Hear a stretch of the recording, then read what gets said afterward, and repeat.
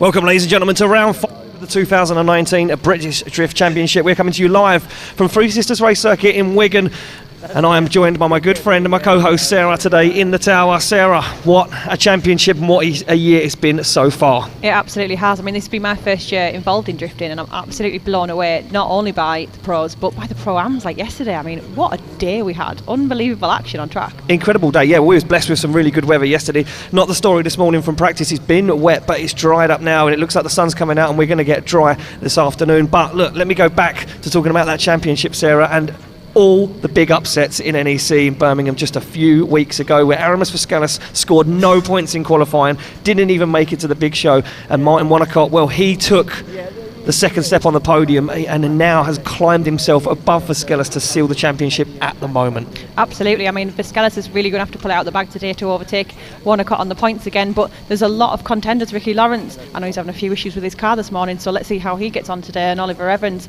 he's had a couple of issues as well. I think he's got a smashed windscreen because his bonnet flew off apparently. No, that was Ollie.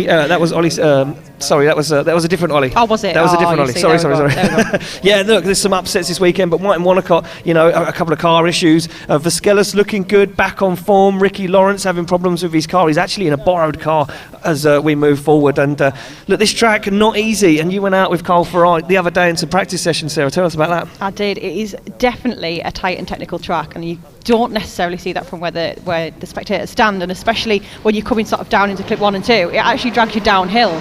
So that's quite an interesting section of track. But there's a few points that are actually catching people out a lot yesterday, and I think it's going to be interesting to see how the pros handle it.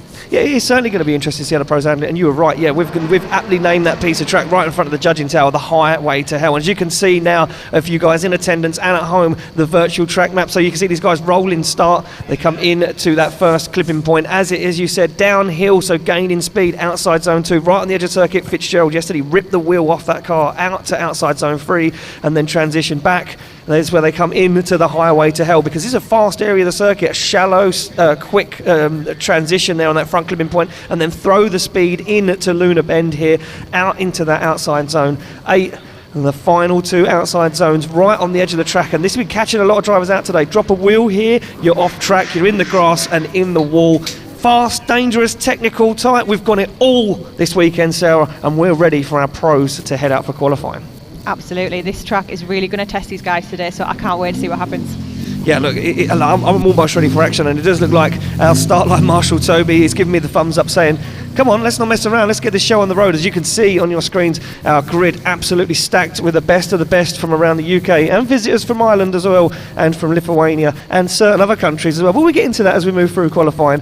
And the first drivers of the day, Sarah, will be the top 4 drivers, or 3 of them at least, that qualified, that finished on the podium or in the top 4 yesterday. They're making their way through. They're going to drive today, so they've got another shot, a bonus day this weekend. Yeah, so not only did they get the reward of coming, so high up the chart yesterday, they're actually getting another opportunity to drive today with the pros. Yeah, they certainly are, and as you can see on screen right now, Igis Minelga warming up the tyres on that Nissan 300 ZX, still running the standard engine in that car, the V6 3-litre twin turbo motor, and Igis yesterday narrowly was pushed off the podium by Louis Edwards. He finished 4th place yesterday, but did a very good job, and his chase driving and his lead driving was very good. But like I say, these guys already had a day in the game, so they know what they're up to now. As we see Igis Minelga, the first driver in our pro class, fire that car in, but he's very shallow. You can see those outside zones denoted on the track by those 3 white lines there, and you know how hard this is. You was in the car the other day watching Cole Ferrari navigate his way around. Not simple at all. It's not, absolutely, and we were, funnily enough, actually chasing Minelga the other day. That's what we were doing, and apparently I flinched a few times. I've not done that before in a drift car, so he must have been pushing it. So there we go, first run done, in the bag and across the line. And sorry, they're choking on my own drink ever so slightly. Try not to die in the commentary tower. Yeah, as you can see, the past this track's still wet, so the back half of the circuit's still damp, and as they travel around Luna Bend, it picks up a little bit of dry, so patchy conditions not making it easy. Score drops in a 61 for Igis Minelga, not a bad score for his first qualifying run. Obviously, judges today, and the same as yesterday, our head judge, Brad McQueen, followed up by Ryan Pothecary and Ben Manuel in the hot seat this weekend, ready to rock and roll. And those guys yesterday, sterling job. They had some seriously hard calls, and hard calls and some good calls. They put this guy on the podium. Louis Edwards comes off the line. He finished 3rd, and he's, not leading the championship anymore, but right up until that point yesterday, he was leading the championship, Sarah. He certainly was, and he's still up there. I mean, he finished 3rd, so that's definitely going to keep him up in the contending for the championship. So yeah, we see Louis Edwards now make his way around. He would have been praying for that rain to continue to fall, as much as the crowds here in attendance would have hoped it would have stopped, and it did stop. But now Louis Edwards, though, gets back in his big boy pants and puts the hammer down that 3-litre M3 motor underneath the bonnet of this E36 BMW, navigates his way around. You can see very good, spoke about him quite a lot yesterday, technical line driver. Is very, very good at getting that car exactly where the judges were looking for it to be. So this could be a good score for Louis Edwards, because he did exactly what he did yesterday in qualifying, and a 95 and a 94 took top step on the qualifying. There we go, a 78 puts him in first position at the moment. So up next, the 3rd and final driver of our Pro-Ams coming back. Unfortunately, Andy Frost not making it back. That car having some issues, and they said we'll save it and we'll wait for Buxton to get that one ready to rock and roll. But this man, he's back, Sarah, and he's on fire this weekend. Josh King sits on the line, ready to go. Took the top step on the podium, and he's looking to cement his championship. And a little bit more seat time this weekend. Battling it out with the pros will help him out ever so slightly as King comes through the gears. M50 turbo under the bonnet, BMW straight 6 turbo. using all that power, and then brand new Valino tyres, but he sacrifices outside zone 2, and he's going to be shallow on 3. Yeah, this is not as good as what we expected for King. Qualified second yesterday, up in the 90s, and nothing's really changed. You know, the track, as I mentioned, a little bit damp, but only in certain areas. You can see him just drop a wheel there. One wheel over that white line, denoting the edge of the circuit. Will be points deducted, but it won't be a 0. We can see King nice and wide now, though. He gets deep into the outside zone and takes it across the line. Good run, Sarah. Absolutely. Not quite as strong as yesterday. Might be just being a little bit tentative this morning, but he is absolutely on fire, isn't he? So I think he's probably just sitting back, feeling a little bit confident, just wants to get a score on the board, and probably feeling out the track a bit, because like you said, Ian, it is drying out, and some of it is really, really slippy. Even I was chatting to some of the drivers earlier on, and they said yesterday when it was dry, it was slippy because of the amount of rubber that they were putting down. So now there's a bit of rain.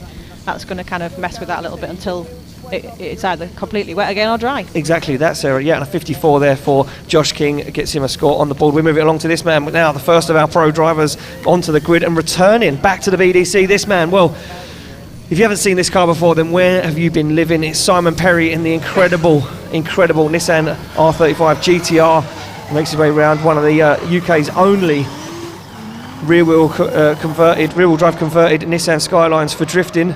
And Simon Perry was the first person to ever build one in the UK, still running the standard engine, the VR38, underneath the bonnet twin turbo V6. As Perry looking good at the moment. Judges I could just hear him at the corner of the tower, just saying a little shallow line on initiation. So Perry will just want to get a score now. You know, been a long time out of the game in the BDC. Said he's coming back to mess things up, and he said he doesn't care about the championships there. All he cares about is getting a podium and creating some issues for the rest of the drivers. Creating some drama for the rest of the competitors out there. Well, you know what? I think he's got some potential for that. Exactly that. So there we go. Score start dropping in. Yeah, the engineer and driving instructor from Leeds, representing RS Tuning, CG Motorsport, Fat Bikes, Satan Slaves, Infamous Inc, LA Hot Tub Leeds. And what did he score, Sarah? At 69. So a 69 for Simon Perry. Not a bad one on his first qualifying run. And we move it along to the next guy on the line, and that will be Florin Kosmuta in this incredible Supra. So no information on this man. Doesn't. Oh yeah, a little bit. A consultant from London, Toyota Supra 2JZ 600 horsepower, representing Tengu Drift TV, and that is it. So there we go. We are waiting to get him off the line. So he gets the thumbs up. And Florin been looking good in practice. Not seen a lot of this guy before. Not really seen a lot of this guy. You know, a new contender to the BDC for 2019, and so he's feeling his feet here at the BDC. As you can see, very slow tentative entry. Yeah, do you know what? I see him earlier in practice, and that car sometimes was working, sometimes had a few issues, and I think whatever that issue is, that he would get, it was an intermittent issue, and he kept coming back out, having a shot, no, not working. Then it would work. Very frustrating. Fault finding like that is heartbreaking. It is, isn't it? Because you think, what more can you do, and you don't know what the problem is as well. That's the most frustrating part. When it's an easy fix because you've found out what the problem is, but if you can't find where that niggle is and where the setup's not quite right, it's really frustrating. Yeah, a lot of drivers say they'd rather the engine and gearbox fall out of the car because then they know what the problem is. Yeah, exactly. You know fine well what's broken. Yeah, when it's when it's an intermittent problem or a wiring fault, that's when it can become very, very difficult. And these cars, highly strung, pushed to the limit every single event, and unfortunately there for Florin Kosmuta, that will be a 0. We need to make that official. But grip racing around a drift track, Sarah's not scoring points, and it's not what we want to see. It's not, is it? Absolutely not. So there we go, a 0 confirmed by our judges, and we move it along to the next guy on the line, and it will be Leonard Keppert. Leonard Keppert making his way back in the IROC Performance E46 BMW. Leonard Keppert, the businessman from Pitstone in Buckinghamshire. S54 turbo on the bonnet, 800 horsepower, representing Funk Motorsport, Pack Engineering and Reddish Motorsport as well. And this guy, he's come out before and done some seriously good things and then made mistakes at other times. And you can see that big wobble as he gets into outside zone 3. And now he looks scrappy. This looks like a panicked Leonard Keppert right now. As he fires that car in nice and deep, almost picks the wheel up. This car, let me tell you, runs a serious amount of grip with those Westlake tyres. It actually picks the front wheel off of the track at certain transitions. And when Leonard wants to put it down and squeezes that throw, you can see absolutely flying right there. Look, the end of that run, Sarah, very good for me, but the first half, it lacked a lot. Definitely. It was a bit scrappy to begin with, and like you say, he had a bit of a wobble kind of coming into 3, so I think that's going to damage his score a little bit, but he's sure with the rest of the run, the potential he's got. Yeah, he certainly has. Score start dropping in from our judges, and then we got a 56 for Kepa on his first qualifying run. He'll need to do better than that. Obviously, a top 24 today in competition, so some of these guys are going to be going home and some of them will have a battle it out to get inside that top 16. So really, you want to be scoring high and getting that grade 8 off the line though. Nathan Chivers took this car to the wall in practice, the owner of GDA Sports Cars in Tunbridge Wells in Kent. LS2 supercharged. V8 under the bonnet, 700 horsepower, throws it in, but he's on the way on the inside of the track. He's gone wide to try and sacrifice it. Can he hold on to it? And he's gone very, very wild there as Nathan Chivers. There's Nathan Chivers representing Hill Performance, GDA Sports Cars, Fibre Factory, Astral Signs, Lenco Motorspares. He's been competing drifting for 10 years now, and let me tell you a little fun fact for you guys. You didn't know, I got my BDC licence the same day that Nathan Chivers got his BDC licence. I didn't know that. Yep, same day at the Adrian Flux Arena in Norfolk. And Nathan Chivers, that was where he went off track earlier, so he'll be a little bit tentative on that area. He will be. I think he'll be a little bit nervous about that section of the track there. We've seen it a couple of times though. Unfortunately, Nathan really did get the brunt of it earlier on. That section of track where you're kind of coming through clip 10, there's a bit of concrete that's painted and it's super slippy, so if you're dropping wheels off there, it's dragging them off into the grass. Yeah, exactly, that's absolutely nailed that, and that's it. And I think Nathan lifted off earlier on and took that car to the wall once he was on the grass at 33. Then we move it back to the line where we do see David Egan. So David Egan comes off the line in this Ford Mustang, the drift event organiser from Kildare.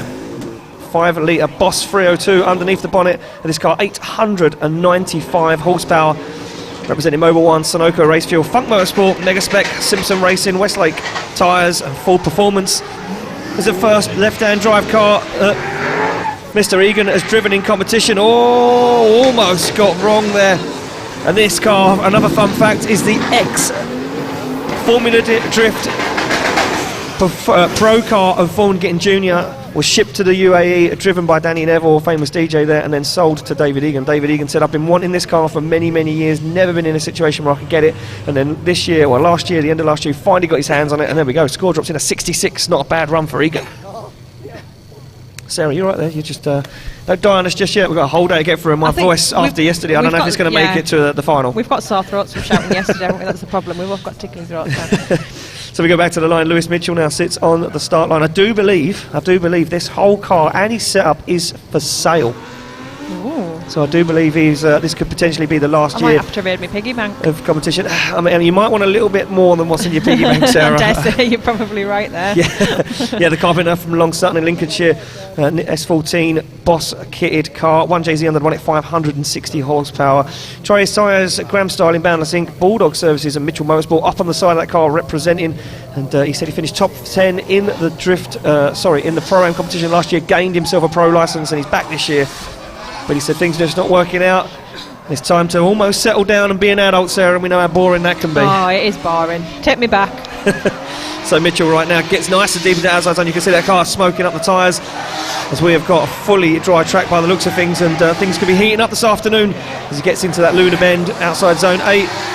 Stands on the accelerator, long ball to outside zone 9, and then just a little bit more to outside zone 10 across the finish line, denoted by the Mimtech brakes flags. And Mitchell there not doing a bad job. Not too bad a job at all. I think it was quite a strong one. So that car, super, very cool. I've got a feeling Dave Egan might buy that. Do you reckon? Because he said he's a big fan of that car, and it is a good looking it's not car. like Dave Egan's not already got 24 million drift cars and other toys around him. There we go, score drops in 45 for Lewis Mitchell. So Lewis Mitchell gets a pretty decent score on the ball for his first qualifying run. Up next to the birthday boy, Hayden Cruikshank. It's his birthday today, yeah, isn't the it? managing director of Colour Sound and Light Experience, representing Fig Newtons. Big Newtons. Ricky Bobby. Yeah, JZX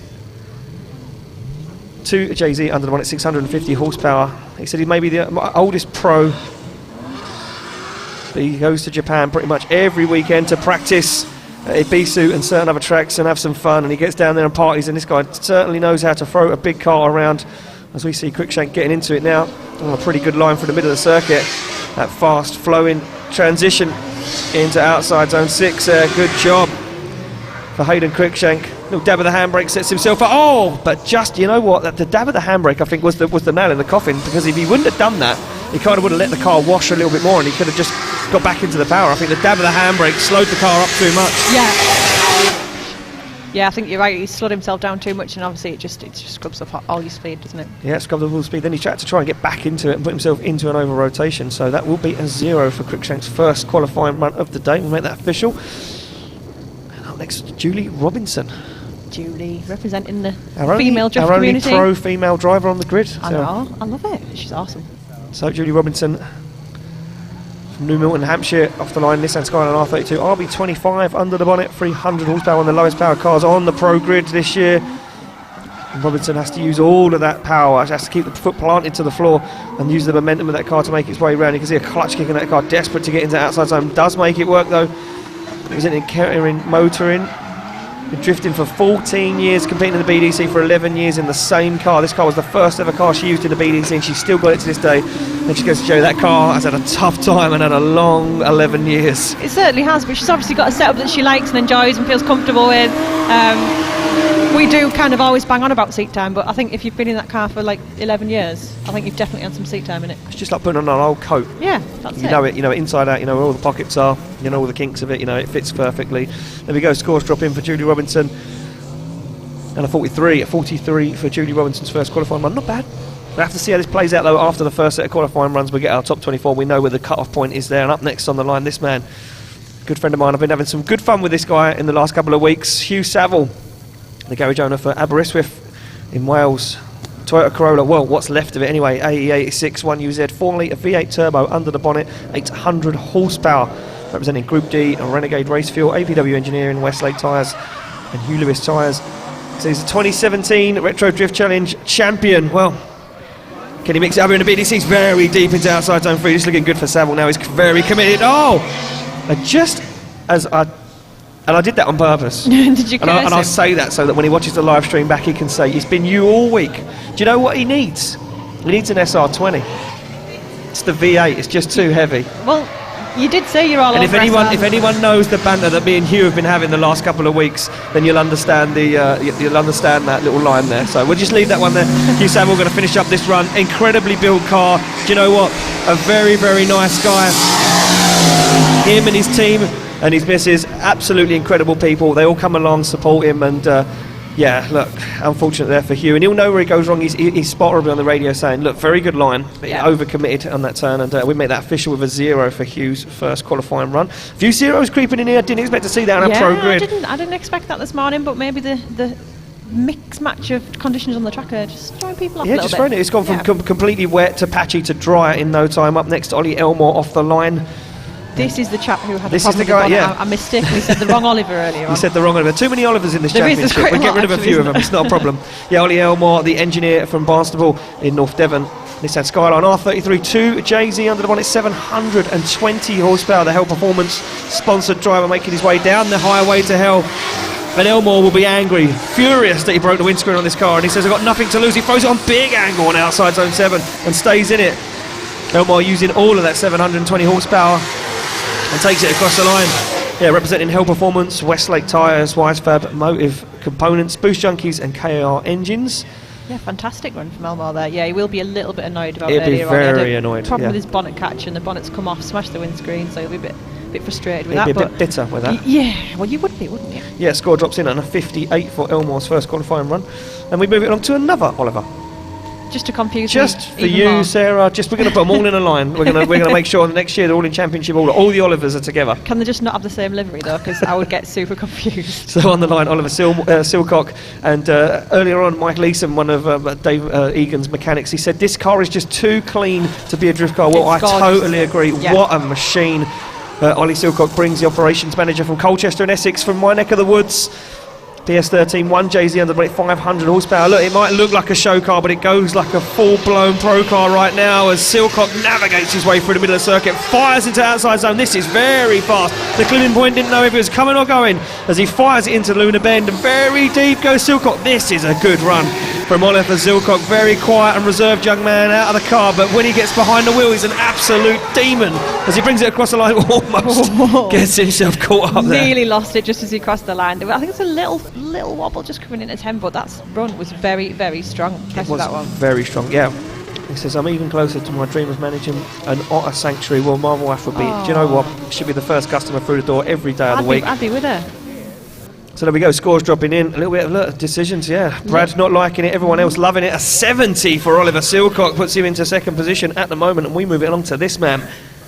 Well, he's back in the UK and driving in the British Drift Championship. The former champion, Paul Smokey Smith, fresh produce importer from Spalding, Lincolnshire.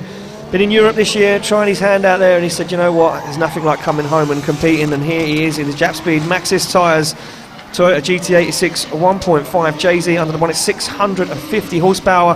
The 2012 British Drift Championship, well, he's back.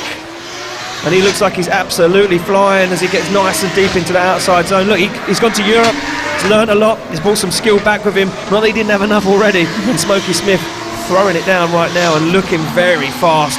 He puts that little GT86 through its paces and across the line goes Smokey Smith. Sarah. Brilliant run from Smith. He's definitely a showman as well, isn't he? Everybody loves to see that Jap Speed car out there. It looks fantastic as well, and he, again, seat time, he knows the car, he always puts on a good show. Exactly that. Yeah, look, and he's a seasoned pro, he knows what he's doing, he knows how to line drive, he's very, very good at what he does.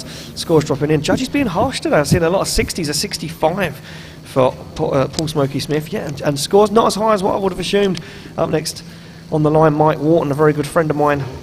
He's just a T-boy at Wharton Motorsport, even though he owns it, but he's just a T-boy, he doesn't do anything else. Representing Wharton Motorsport, Turbo Smart, Garage D, CIS, Absolute Customs, Mac Tools UK. He says he's got 2 JZ under the bonnet with plenty of horsepower. Well, he used that horsepower earlier to put himself in a few spins. Can he hold it together right now and get himself round the track and get a qualifying score on the board as he gets into outside zone 3, fires through the middle of the circuit. Now this is where he picks up all the pace, but can he manage it? Can he balance that pace as he gets deep, almost off the track there for Mike Wharton now as he comes. And again, another showman as this man puts foot to floor through outside zone 9, looks for 10, takes it across the line, and Mike Wharton doing a sterling job there. Fantastic run from Mike Walton there. He gels with this track. He's had a few spins. I think he's just feeling maybe not quite as confident as he should be, but he's got the potential. He should feel a lot more confident. He can put a really, really good run in when he's got his head in the game. Look at that profile picture. It's beautiful. I've never seen anything like it. What a handsome man. It's the pose that gets me more than anything. It's the hair. Well, it's the hair that gets me. He must condition it quite a lot because it's just very frizzy. So scores dropping in. High 50s for Mike Wharton at the moment and a 58 on his first qualifying run. Not bad. And we've seen some low scores. I'm expecting some big ones as we move through. Well, I think the judges have been quite critical today. They are being very critical. It's the pros. They've got a lot to live up to. They've got a lot to live up to. You're very, very right there, Sarah. Matt Walker off the line, the engineer from Shropshire. BMW E30 S54 under the bonnet, 350 horsepower. Representing Fred Wilson Restore. And this man, the Cat Man, he's got 9 lives. He's got 9 lives and he likes to use them all every single event. We call him the Giant Killer because out of nowhere this man will come along and absolutely destroy a championship. And this weekend he's looking absolutely on form as he flies into the outside zone. And this car can often be underestimated. I've done it myself many, many a times. But Matt Walker always comes out and proves me wrong as he almost gets it out of shape. And across the line he goes.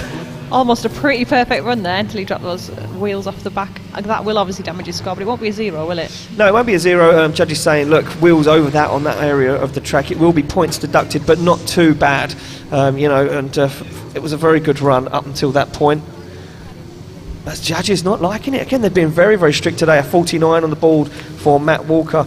As we move it along, he sits in 11th place at the moment to this man, Alistair Sutton, the car salesman from Lingfield in Surrey.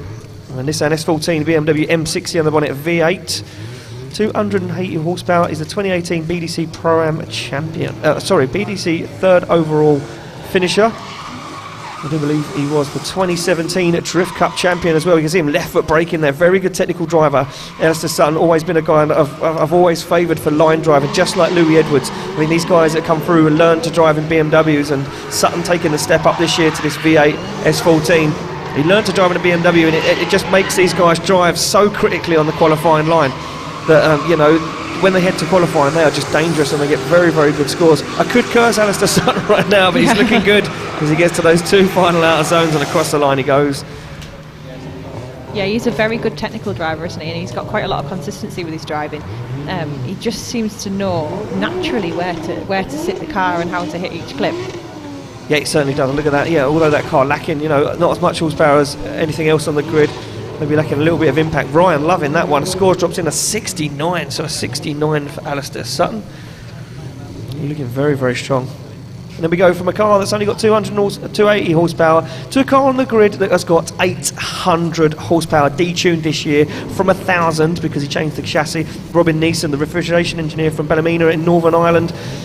Nissan S13, the former car of Kevin Quinn. Kevin Quinn stepped out of this chassis, and Robin Neeson said, you know what, that's a really well-built car from the guys at Quinn's M-Sport down there, and Joe Doyle and the crew. And he said, I'm going to jump into that chassis. I know what it's capable of. I'm going to chuck in my 1,000 horsepower 2JZ 3.4 litre Brian Crouch stroked engine. He said, and I'm going to detune it ever slightly so it's manageable. I'm going to drive it, representing Fleetcall, Dash Photo, Tyre Town, Kits and Bits, MMD, Autotech, and ARD Design. He come from third at round 2. Well, what has Neeson got now? As you can see, all that horsepower coming into play as he absolutely destroys the tyres on the back of that 180SX, puts foot to floor. Neeson screams into outside zone 10 and across the line, and that's the kind of impact impressive run we're looking for. Absolutely, he's definitely like a flamboyant style driver, but then you find that a lot with the Irish drivers. Because he's Irish. Yeah, exactly. You find that a lot. We're both going to say the same thing there, we knew. That is exactly why. They just come out and put on a show, don't they? They just love to get the smoke. And you can see how much smoke there is now. That track is definitely drying out. It's bone dry now. Well, scores dropping in. Judges not liking it as much as we're liking it, Sarah, as it's not as high as what we would assume. So there we go. Ryan's being quite, he's favouring the scores today. A 59 for Robin Neeson in his first qualifying run. Rest of the judges not impressed. Up next, this man, he finished on the podium at an event I wasn't even there, Sarah. Yeah, the one that you left us. Yeah, I left you, unfortunately. Yeah, we did miss you. I couldn't do double duty that weekend. I'd love to have done it, but yeah, Stefanoff now comes off the line. The painter from Evesham in Worcestershire. 2JZ under the one at 650 horsepower. Nice initiation as he fires that car in. And Stefanoff looking good, yeah, got himself on the podium, but yet to redeem that, yet to get himself back in that position. And unfortunately, he had a few car issues at the NEC. The car wasn't really playing ball, but this weekend looks like it's flying as he drops the wheel on the edge of the track. He's coming in very hot into outside zone 7. Now looks to get himself back in here. So a little stall up there. I mean, a gear shift issue there maybe for Stefanoff, as he puts the foot down, drops the wheel on the curb, into outside zone 10 across the line. Stefanoff is a very, very strong driver. Like you said, he had some niggles at NEC. It was a shame because that run, if anybody saw it, that he made in the wet at Teesside, everyone just thought, well, yeah, that's it. No one's going to put a good run in here. They're going to have to stop the meeting altogether. No. He went out there and said, I'm going to smash this. And I'll tell you what, yeah, unbelievable. He said, hold my beer. He did. That's exactly what he did. He said, watch this. I'm going to absolutely... So Stefanoff representing Sofitel, Electronic, Fix Auto, Pershaw, Movac and Hitcar. He said he moved to the UK just to do the BDC. Well, that's not dedication. I don't know what is. And a 70 drops in. A 70 there for Stefanoff, looking strong. Sits in second place at the moment in qualifying. We go back to the line to Scott Cartledge, the owner of Birchwood Motor Company from Chesterfield in Derbyshire. The S13 3UZ under the bonnet, 4.3 litre V8 turbo, 700 horsepower. Cartledge fires it in though. Cartledge fires it in and completely sacrifices outside zone 1 and 2. Not looking good right now for the 2018 Pro-Am champion. And Cartledge gets that car singing. It looks like he may be struggling a little bit with grip. You can hear that car really working and very scrappy. As Cartledge puts in a lot of steering inputs to get that car around the track. It didn't look like it flowed very nicely, Sarah. It didn't. It looked like he was kind of trying to fight it a little bit to get it round there. It wasn't as smooth as you'd like to see. So I don't know whether that's just a bit of a teething problem for him or... You know he daily drives that car, right? He takes it to the shop and everything. 51 for Cartledge. He daily drives it? Yeah, he took it to the shop. He took it to the shop the other day. I see online, yeah. As you do. As you do, well. As you do. Yeah, that'd be fun. Up next on the line, the car painter from Essex, Oliver Bolton, sits on the line. Funk Motorsport representing Hell Performance, Link ECU, Nissan S13 SR20 on the run at 440 horsepower. Well, this man, he's still on the first step of the podium at the final round, and he's been looking on form this weekend. Can he do it again as Bolton comes down? Look at this big flick initiation. Is this what the judge is looking for? Very wide goes Bolton. That was incredible as he gets into outside zone 2. Can he hold this together? This looks like someone who's really putting 110% in. This is incredible so far from Oliver Bolton as he puts foot to floor, but he's going to sacrifice outside zone 4 as he comes down the middle of the track. He's very fast now as he gets into Luna Bend. He sacrifices outside zone 7, making a few silly mistakes here, Sarah, but he's got the commitment, and you can see him foot to floor, full commitment from the young gun from Essex as Oliver Bolton gets all the way across the track and across the line. Look, it had nearly everything. It almost had everything. It almost had Yeah. everything, but he was silly in a few places. I know, dedication and commitment. I'd give him 100 for that, no doubt about it. But yeah, there was a few areas where he just kind of didn't really keep it as tidy as he needed to, sacrificed a couple of clips. So He certainly did. Yeah, we go at 67 for Bolton, puts him in 6th position at the moment. And the top 8 drivers, they automatically qualify for the top 16. The rest of the grid, will they have to do battle, head-to-head battle in top 24 to get into that top 16?